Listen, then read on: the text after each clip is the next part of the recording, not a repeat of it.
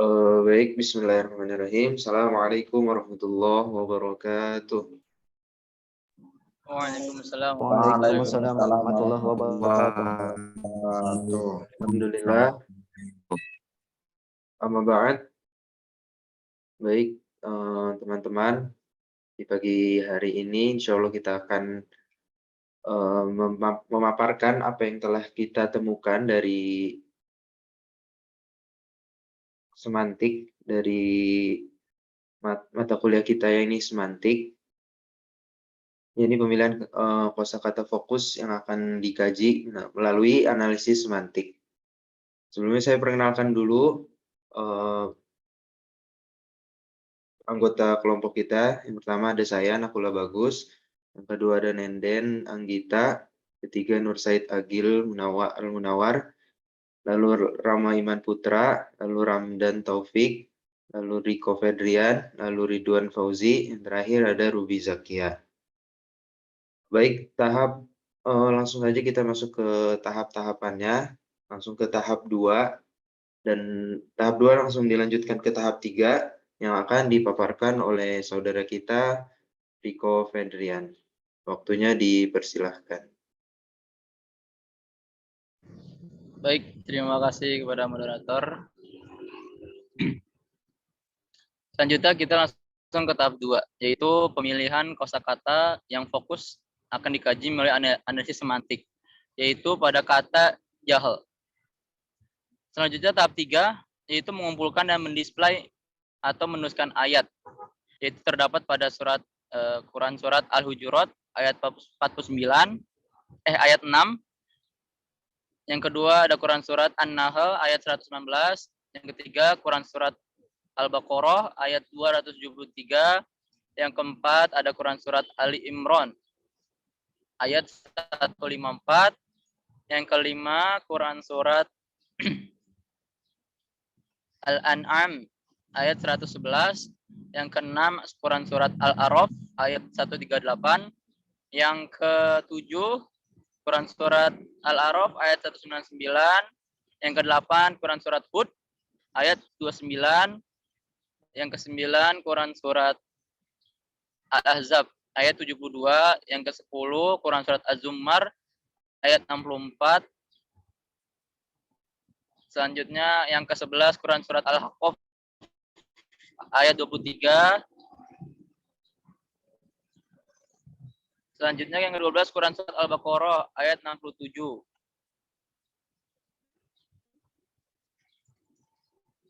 Selanjutnya An-Nisa ayat 17. Sudah. Selanjutnya Quran surat Al-Maidah ayat 50. Quran surat Al-An'am ayat 35.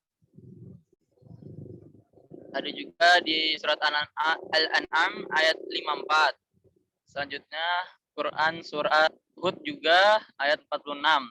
Quran surat Yusuf ayat 23. Quran surat Yusuf ayat 89. Bentar.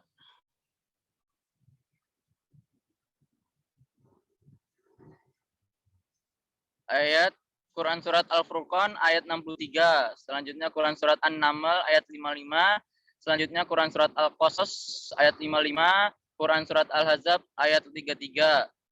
Quran surat Fajr ayat 26. Mungkin segitu, saya kembalikan lagi kepada moderator.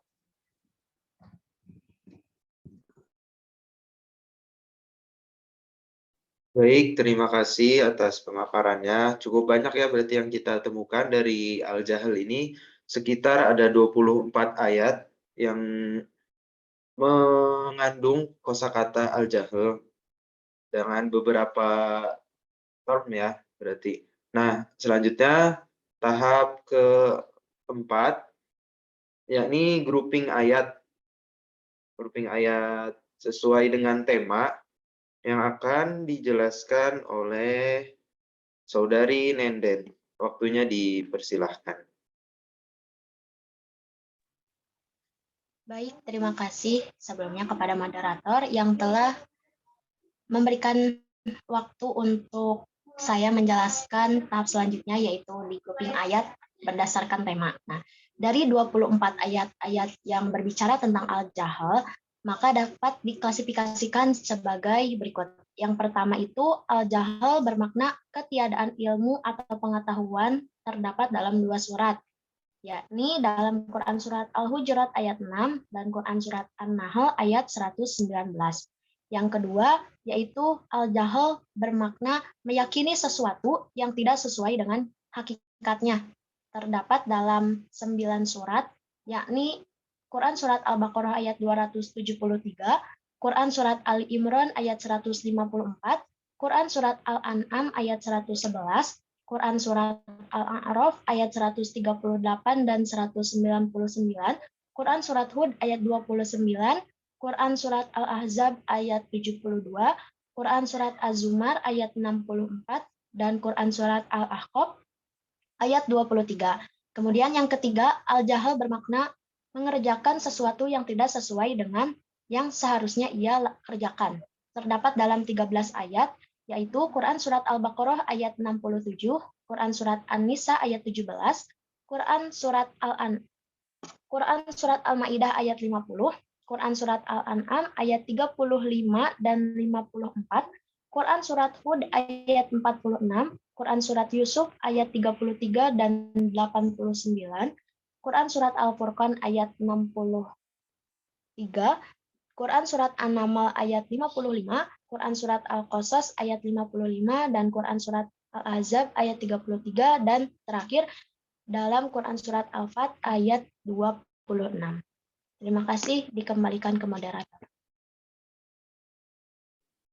Boleh dilanjutkan ya, Saudari Nenden, mohon maaf, yang berdasarkan katanya juga. Enggak, silakan. Di grouping selanjutnya itu di grouping ayat berdasarkan kata. Nah, yang pertama itu ada kata bijahalatin.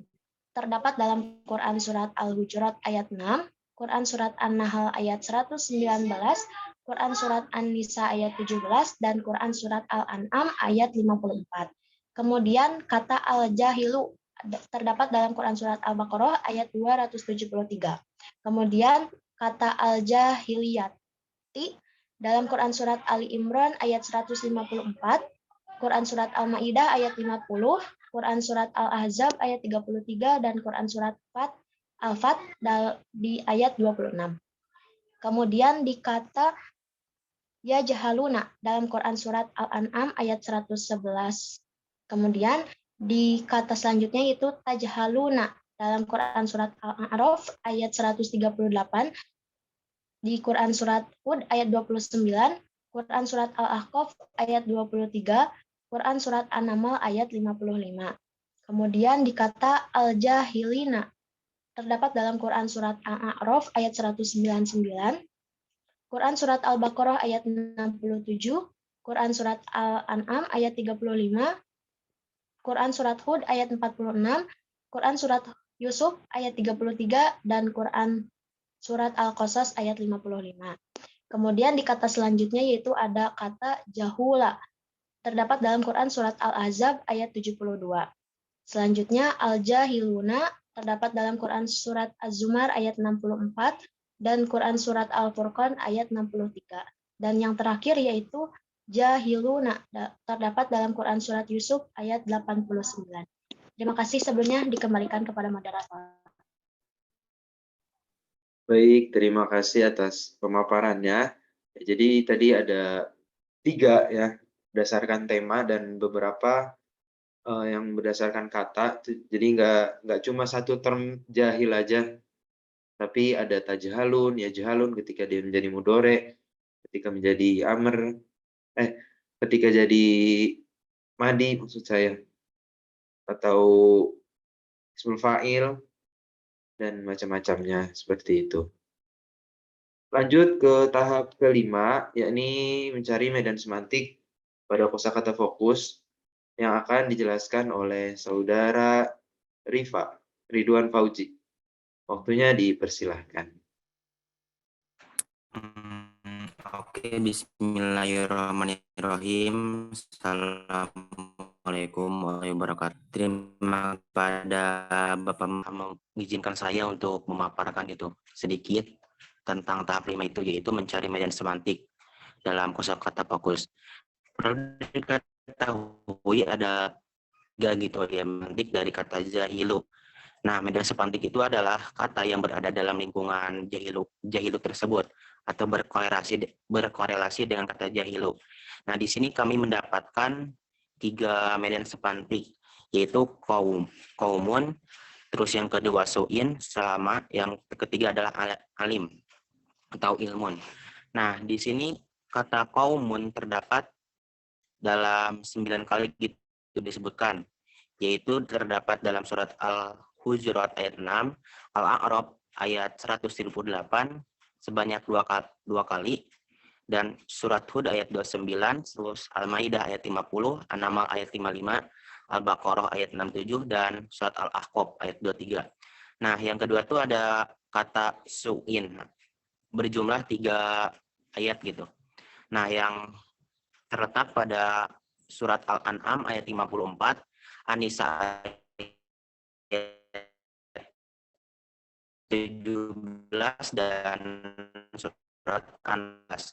Kata alim terdapat 6 kali kan, surat Al-Fatihah 26, surat Al-Baqarah ayat 273, dan Imran ayat 154, juga An-Nisa ayat 17, Hud ayat 46, dan juga terdapat dalam surat Yusuf ayat 89. Mungkin itu saja yang dapat saya paparkan. Waktu dan tempat saya kembali kepada. Baik, terima kasih Saudara Rifa atas penjelasannya. Tadi kan medan semantik yang sudah dijelaskan. Jadi kosakata yang berkaitan dengan jahil itu ada kaumun, su'un, dan alimun. Kita lanjut ya. Tahap ke-6 yaitu mengeluarkan isi kandungan. Setelah kita tadi tahu bahwa jahil itu apa aja sih yang berkaitan dengan ini, dengan kosakata jahil, ternyata ada kaumun, berarti di situ mungkin ada cerita tentang nabi, tentang pembangkangan kaum-kaum yang jahil. Su'un itu berarti kan jahil ini sesuatu yang jelek gitu, dan alimun itu mungkin antonim dari kata jahil itu sendiri. Selanjutnya mengeluarkan isi kandungan yang insya Allah saya akan paparkan sendiri. Yang pertama di Quran Surat Al-Hujurat, yang isi kandungannya bahwa perintah untuk meneliti berita yang datang agar tidak mencelakakan suatu kaum akibat ketidaktahuan. Selanjutnya Quran Surat An-Nahl ayat 119, ada 2 poin, bahwa yang pertama Allah mengampuni orang-orang yang melakukan keburukan dan kebodohan akibat tidak menyadarinya gitu ya. Yang kedua, perintah bertaubat dan memperbaiki diri setelah berbuat keburukan dan kebodohan. Jadi Allah menerima tobat orang-orang yang melakukan keburukan karena kebodohan dan karena ketidaktahuannya terhadap ilmu gitu. Tapi segera bertaubat gitu. Lalu selanjutnya ada Quran Surat Al-Baqarah ayat 273, 3 poin. Yang pertama, infak diprioritaskan terhadap orang fakir yang terhalang usahanya karena jihad dan tidak dapat berusaha. Lalu tentang jahilnya, orang-orang yang tidak mengetahui yang jahil, mereka mengira bahwa orang yang kaya itu orang-orang yang tidak menjaga, orang yang menjaga dirinya dari mengemis. Mereka itu orang-orang yang jahil, itu mereka itu mengira bahwa orang yang menjaga dirinya dari mengemis itu adalah orang kaya. Padahal mereka bukan orang kaya gitu loh. Padahal mereka orang yang fakir juga, tetapi mereka hanya menjaga dirinya dari mengemis gitu. Yang ketiga, kebaikan apapun yang dilakukan Allah, Allah Maha mengetahuinya. Selanjutnya Quran Surat Ali Imran ayat 154, bahwa ini cerita tentang perang Uhud. Ini setelah kesedihan kekalahan perang Uhud, Nabi beserta sebagian sahabat diberikan rasa tenang oleh Allah. Lalu yang kedua, sebagian yang lainnya cemas dan berprasangka buruk seperti sangkaan jahiliyah. bahwa mereka tidak terima kalah dalam perang Uhud, dan Nabi menerangkan bahwa segala sesuatu sudah ditentukan oleh Allah termasuk kematian dimanapun waktu dan tempatnya. Lalu ada Quran Surat Al-An'am ayat 111, orang-orang yang benar-benar tidak beriman dan jahil tentang kebenaran, mereka akan tetap tidak beriman walaupun didatangkan malaikat dan menghidupkannya orang mati untuk memberitahunya. Jadi orang-orang yang jahil itu yang tidak mengerti dan yang tidak beriman, mereka tidak akan beriman walaupun didatangkan malaikat dan dihidupkannya orang mati untuk memberitahunya gitu loh, bahwa Allah itu ada, bahwa yang seharusnya mereka lakukan itu adalah ya beriman kepada Allah, gitu loh. Kebenaran Rasul juga. Nah, selanjutnya ada Quran Surat Al-A'raf ayat 138. Ya, ini Nabi Musa menyebut kaumnya dengan sebutan kaum yang bodoh karena mereka tidak mengikuti apa yang diperintahkannya. Sebagaimana yang ada di terjemah ya, seperti itu. Selanjutnya mungkin saya akan berikan waktu kepada Saudari Ruby Zakia untuk melanjutkan apa yang telah saya paparkan. Waktunya dipersilahkan. Baik, terima kasih kepada moderator yang telah mengizinkan saya untuk melanjutkan apa yang tadi dipaparkan. Baik, ayat selanjutnya yaitu Quran Surah Al-A'raf ayat 199 memiliki isi kandungan bahwa perintah untuk memaafkan dan menyuruh kepada kebaikan dan menjauhi orang yang bodoh. Ayat kedua yaitu Quran Surah Hud ayat 29 memiliki isi kandungan yakni Nabi Nuh menyebut kaumnya kaum yang bodoh karena kaumnya membangkang terhadap ajaran Nabi Nuh.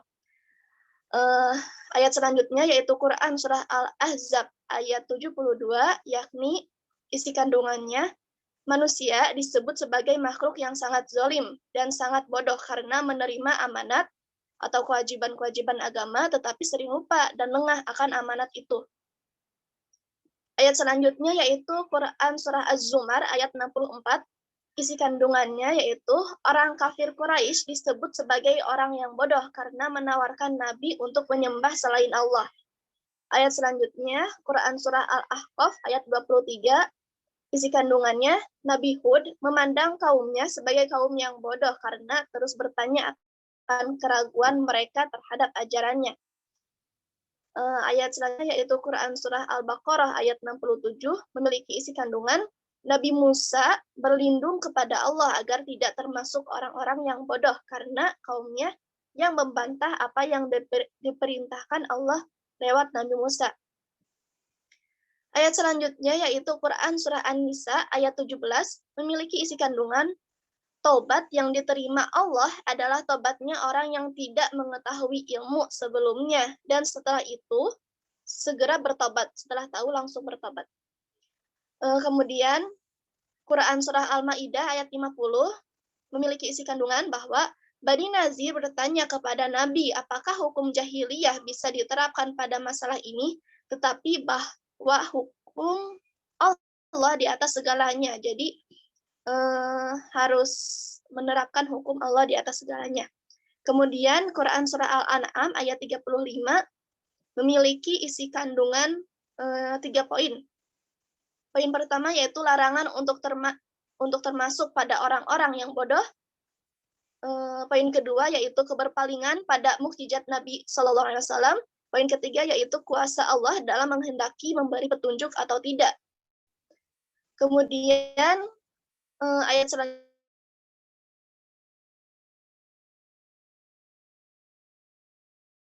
selanjutnya Quran Surah Al-An'am beriman pada Allah Subhanahu Wa Taala. Yang kedua sifat Allah Subhanahu Wa Taala yakni memiliki kasih sayang, maha pengampun dan maha penyayang. Poin ketiga yaitu cara memperbaiki diri setelah melakukan kejahatan karena kebodohannya, yakni harus segera bertobat dan memperbaiki dirinya. Ayat selanjutnya yaitu Quran Surah Hud ayat 46 dengan isi kandungan perlu yang tidak diketahui hakikatnya. Kedua, sebagai Nabi Nuh alaihissalam. Ketiga, yaitu nasihat agar tidak termasuk orang-orang yang bodoh. Lalu dalam Quran surah Yusuf ayat 33 terdapat poin yaitu bagian kisah dari Nabi Yusuf alaihissalam, kemudian ada permohonan untuk dilindungi oleh Allah dari sifat jahil. Ketiga, yaitu mengikuti tipu daya orang yang tidak diridhoi Allah merupakan hal yang menyebabkan termasuk dalam orang-orang yang bodoh. Kemudian Quran surah Yusuf ayat 89 memiliki isi kandungan bahwa ayat tersebut bagian dari kisah Nabi Yusuf. Kemudian poin selanjutnya yaitu perbuatan keji karena ketidaktahuan atau kebodohan. Kemudian Quran surah Al-Furqan ayat 63 yaitu memiliki isi kandungan 3 poin. Yang pertama, orang rendah hati adalah tanda sebagai hamba Allah Subhanahu wa taala. Yang kedua, orang bodoh menyapa dengan hina. Yang ketiga, perlakuan orang rendah. Baik, mohon maaf tadi agak terputus karena Zoom-nya tidak sampai. Baik, untuk Saudari Ruby Zakia untuk melanjutkan penjelasannya. Waktunya dipersilahkan. Baik, terima kasih. Untuk ayat selanjutnya yaitu Quran surah An-Naml ayat 55 mengandung isi bahwa ini adalah kisah tentang kaum Nabi Lut alaihissalam yang jahlun karena dorongan hawa nafsu yang tergolong pada perbuatan tercela.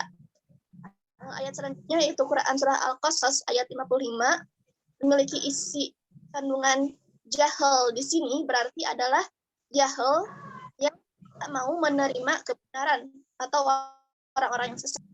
Kemudian ayat surah Al-Ahzab ayat 33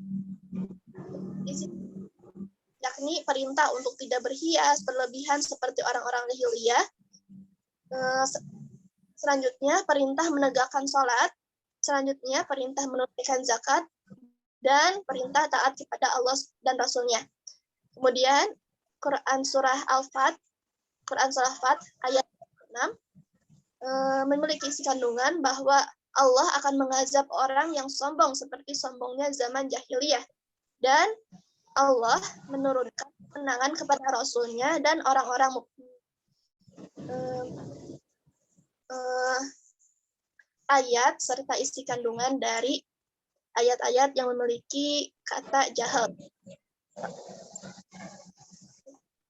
Dikembalikan lagi kepada moderator.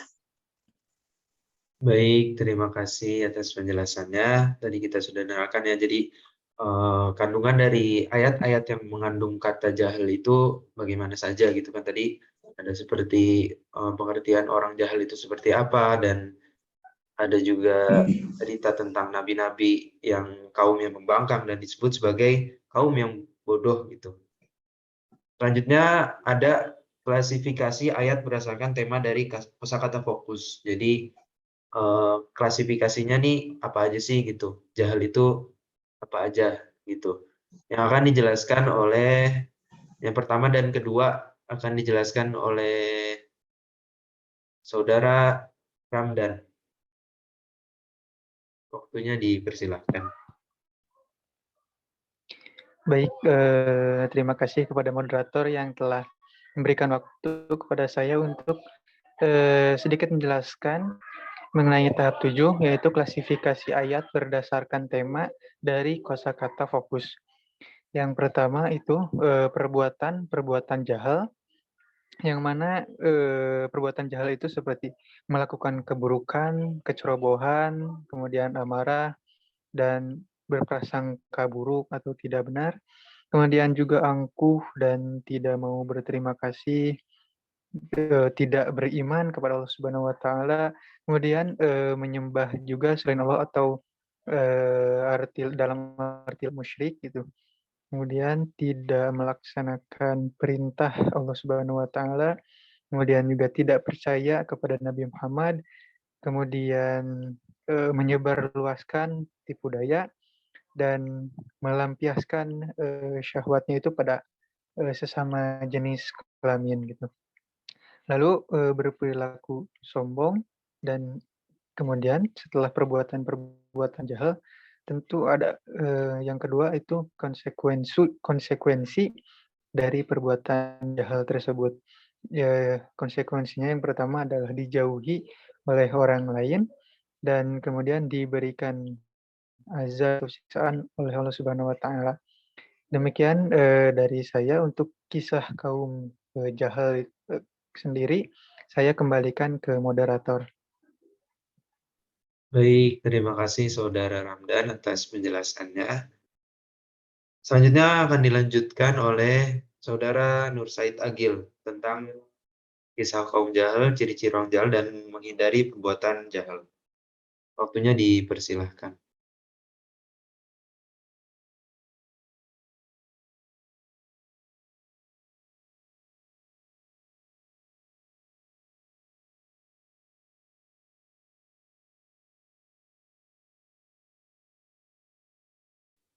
Saudara Nur Said Agil, apakah sudah bisa bergabung?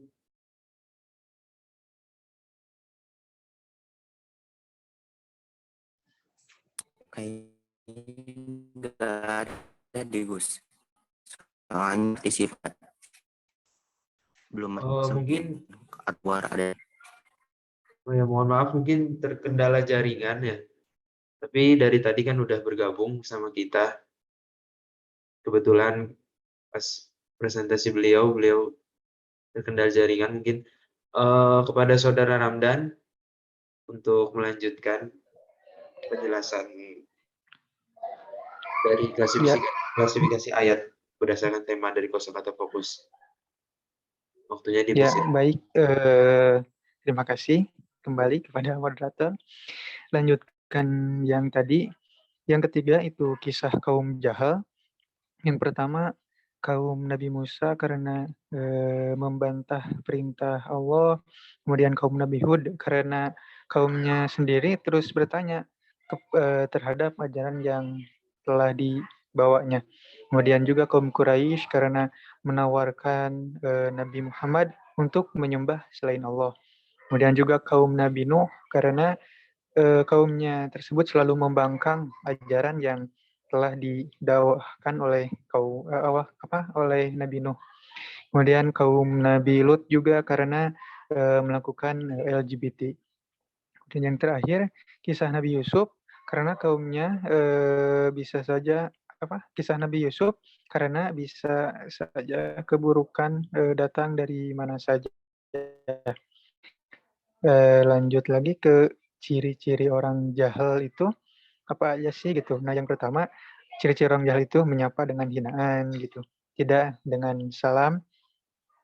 Kemudian mengikuti tipu daya orang, memohon sesuatu yang tidak tahu hakikatnya, kemudian juga membangkang ajaran Nabi, sering lupa pada amanat, dan menyembah selain Allah, dan kemudian memiliki keraguan terhadap ajaran-ajaran Nabi. Kemudian yang terakhir itu menghindari perbuatan jahil, artinya cara menghindari perbuatan tersebut. Yang pertama itu meneliti kebenarannya, kemudian melaksanakan zakat, menegakkan sholat, kemudian juga menaati perintah Allah dan Rasul-Nya, dan memperbaiki diri juga, dan bertobat jika sudah melakukan perbuatan jahil, kemudian menjauhi perbuatan-perbuatan jahil, dan yang terakhir memohon untuk dilindungi dari perbuatan jahil tersebut. Untuk tahapan ketujuh mengenai klasifikasi ayat berdasarkan tema dari kosakata fokus dicukupkan sekian. Saya kembalikan lagi ke moderator. Baik, alhamdulillah, terima kasih atas penjelasannya. Yakni tentang klasifikasi ayat berdasarkan tema dari kosakata fokus. Jadi tadi ada beberapa ya, jadi tentang perbuatan-perbuatan yang jahil itu seperti apa, lalu konsekuensinya, lalu kisah kaum jahil itu dari beberapa nabi ya berarti tadi. Dari Nabi Yusuf, Nabi Nuh, Nabi Lut, kaum-kaumnya gitu. Lalu ada ciri-ciri orang jahil itu seperti apa yang dikatakan oleh Al-Quran, dan terakhir bagaimana menghindari perbuatan jahil tersebut.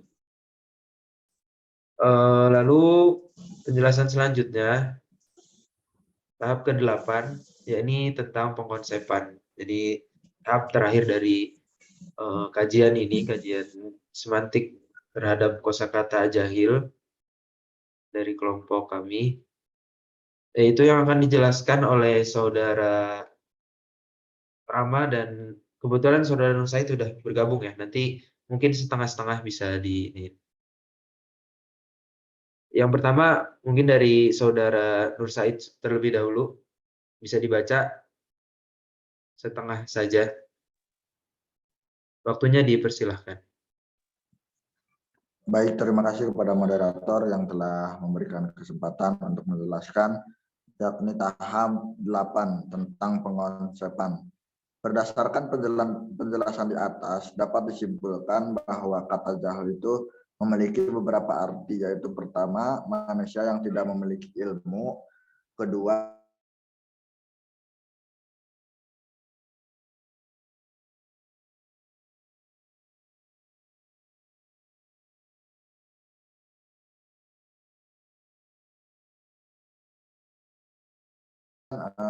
yang kita tahu itu bodoh, artinya tidak memiliki ilmu. Setelah kami perhatikan, sekali lagi bisa disimpulkan bahwa tidak semua pengertian dari jahil yang ada di dalam Al-Quran merujuk pada sesuatu yang tercela. Jahil yang dicela oleh Al-Quran hanya jahil yang menyelisihi syariat Islam. Penggunaan rem jahiliyah memiliki dua makna secara zaman, yaitu jahiliyah secara mutlak yang hanya terjadi sebelum diutusnya Rasulullah SAW, dan jahiliyah secara terbatas yang bisa terjadi kapan saja dan pada siapa saja setelah Islam datang. Mungkin sekian. Baik, terima kasih. Dikembalikan kepada moderator. Baik, terima kasih atas penjelasannya Nur Said Agil. Lalu selanjutnya akan dilanjutkan oleh saudara Rama. Waktu dan tempat dipersilahkan. Baik, terima kasih kepada moderator. Sebelumnya, apakah terdengar suara saya? Terdengar jelas. Terdengar. Baik, di sini saya akan melanjutkan tentang pengonsepan dari Nur Said Agil. Oke, di sini adapun kisah-kisah dari kaum yang pernah berbuat jahil atau kebodohan yang kami temukan dalam beberapa kandungan dalam ayat Al-Quran, yakni perbuatan jahil kaum Nabi Musa, yaitu membantah perintah Allah. Lalu ada perbuatan jahil dari kaum Nabi Hud karena kaumnya terus bertanya dan meragukan terhadap ajaran yang dibawanya. Lalu ada perbuatan jahil dari kaum Quraisy, kaum Quraisy karena menawarkan Nabi Muhammad untuk menyembah selain Allah. Lalu ada perbuatan jahat dari kaum Nabi Nuh karena selalu membangkang dari ajaran yang telah didakwahkan oleh Nabi Nuh. Lalu ada perbuatan jahat dari kaum Nabi Lut karena melakukan LGBT, yaitu perbuatan yang sangat tercela. Lalu ada perbuatan jahat dari kisah Nabi Yusuf karena keburukan bisa datang dari mana saja. Baik, dari kisah-kisah tersebut kita bisa mengetahui ciri-ciri dan upaya apa yang harus dilakukan agar terhindar dari sikap jahil tersebut. Ciri-ciri orang jahil yang telah kita ketahui yaitu yang dijelaskan, menyapa dengan hinaan. Kedua, mengikuti tipu daya orang tanpa menyelidiki dahulu kebenarannya, atau bisa kita sebut juga hoax. Lalu ada memohon sesuatu yang tidak tahu hakikatnya. Lalu membangkang dari ajaran Nabi. Lalu sering lupa pada amanat. Di sini amanat itu diartikan sebagai kewajiban-kewajiban yang telah diberikan. Lalu menyembah selain Allah. Lalu memiliki keraguan terhadap ajaran Nabi. Selanjutnya adapun upaya untuk menghindari perbuatan jahil, yaitu yang pertama meneliti kebenarannya dan menyelidikinya terlebih dahulu. Kedua, melaksanakan zakat, menegakkan sholat, menaati perintah Allah dan Rasul, lalu memperbaiki diri, bertobat lalu bertobat jika sudah melakukan perbuatan jahat, lalu menjauhi perbuatan-perbuatan jahat tersebut. Lalu setelah itu memohon untuk dilindungi dari perbuatan jahat kepada Allah Subhanahu wa taala. Di sini kita bisa simpulkan bahwa siapapun orang yang taat kepada Allah dan kepada segala ketentuan Allah dan Rasul-Nya, maka dia pun akan mendapatkan ketenangan dalam hidupnya serta limpahan rahmat Allah di dunia maupun akhirat. Nah, sebaliknya, kalau misalnya ada orang yang masih memiliki sifat jahat dan masih melakukan perbuatan jahat ini, dan dengan sengaja, maka yang menunggunya di dunia dan akhirat itu hanyalah hinaan, kesengsaraan dan azab dari Allah Subhanahu wa taala. Lalu ada manfaat dari penelitian ini adalah untuk menambah hazanah, pengetahuan tentang makna jahal dalam pandangan Al-Qur'an dan semantik bagi pembaca. Sekian bab 8 dikembalikan kepada moderator. Terima kasih. Baik, alhamdulillah, terima kasih atas penyampaian pengonsepan yang terakhir, penarasian apa sih yang telah kita dapat gitu loh dari 8 tahap pengkajian kosakata fokus, yakni kata jahil. Sudah disimpulkan juga ya tadi bahwa ada beberapa hal seperti tadi diklasifikasi bagaimana ciri-ciri orang jahil, lalu bagaimana cara menghindari sifat jahil itu yang ada dalam Quran, dan siapa aja itu orang-orang jahil, kisah-kisahnya, mungkin seperti itu yang kita temukan dari kajian kita tentang kosakata jahil pada mata kuliah semantik ini. Mungkin itu saja yang dapat kami sampaikan. Mohon maaf atas segala kesalahan dan kekurangannya. Akhirul kalam, syukron. Wassalamualaikum warahmatullahi wabarakatuh. Waalaikumsalam Warahmatullahi wabarakatuh. Terima kasih.